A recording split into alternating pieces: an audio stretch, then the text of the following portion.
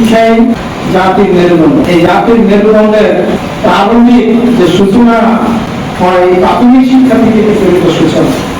আমাদের এই দায়িত্ব এই শিশুদেরকে সুনাগরিক হিসাবে গড়ে প্রাথমিক শিক্ষার মান উন্নয়নে সরকারি প্রাথমিক শিক্ষকের প্রধান শিক্ষক এবং এসএমসির সভাপতিদের সমন্বয়ে আজকের এই সভার শ্রদ্ধাভাজন সভাপতি তারপর সদর উপজেলার সুযোগ্য উপজেলা নির্বাহী অফিসার জনাব জামিউল নিকা সাহেব, প্রধান অতিথি হিসাবে মঞ্চে উপবিষ্ট আছেন আমাদের সকলের প্রাণপ্রিয় নেতা চাঁদপুর জেলা বিএনপির সম্মানিত সভাপতি, সময়ের সাহসী সৈনিক, চাঁদপুর 3 আসনের চাঁদপুর হাইকোর্ট এই আসনের মাননীয় সংসদ সদস্য জনাব শেখ ফরিদ আহমেদ মানিক ভাই সহ উপস্থিত সুধীমণ্ডলী, আপনাদের সবাইকে প্রাণ ঢালা অভিনন্দন। আজকে এই যে অনুষ্ঠানটি আয়োজন করেছে এই জন্য আমি উপজেলা প্রশাসনকে ধন্যবাদ জানাই।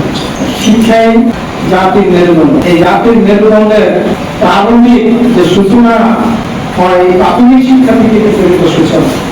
প্রাথমিক শিক্ষার সূচনাতে যদি আমরা আমাদের কোমলমণির শিশুদেরকে আগামী দিনে দেশ বিনির্মাণে আমরা যদি তাদেরকে এখানেই উপযুক্ত ভাবে গঠন করতে পারি তাহলে কিন্তু আমাদের এই আজকের এই অনুষ্ঠান কিংবা সরকারের প্রাথমিক শিক্ষার প্রতি যে আগ্রহ, সরকারের যে কর্মসূচি সবকিছুই কিন্তু সফলতা হবে।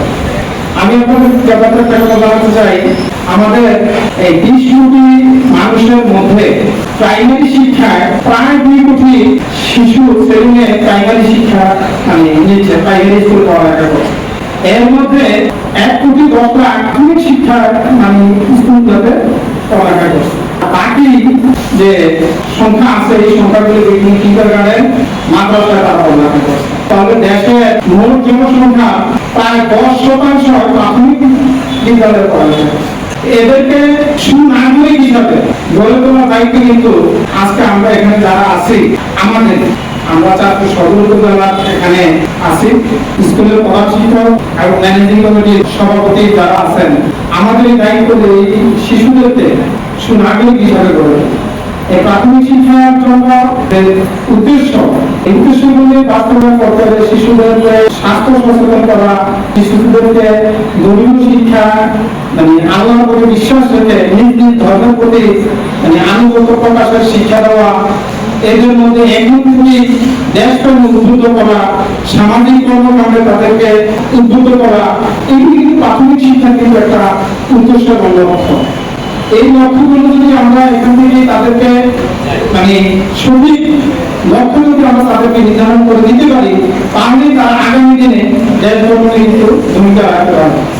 তাদেরকে সঠিক লক্ষ্যে পৌঁছানোর জন্য প্রাথমিক শিক্ষকরা আছেন, ম্যানেজিং কমিটি আছে, যৌথ সমন্বয়ে কিন্তু এই কাজগুলি করতে হবে। আমি আজকের এই উপস্থিত সকলের কাছে কিন্তু অনুরোধ রাখবো, আজকে আমাদের দেশটা দুর্নীতি কিন্তু চেয়ে গেছে।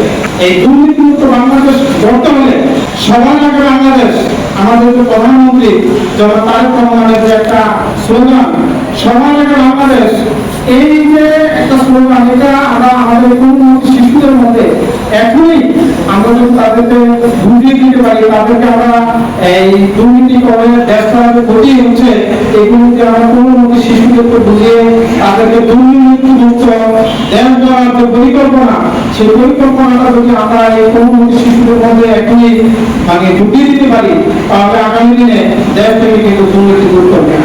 কারণ আজকে শিশু আগামী দিনের ভবিষ্যৎ, আগামী দিনে তারা জাতির পৃষ্ঠপোষক হবে।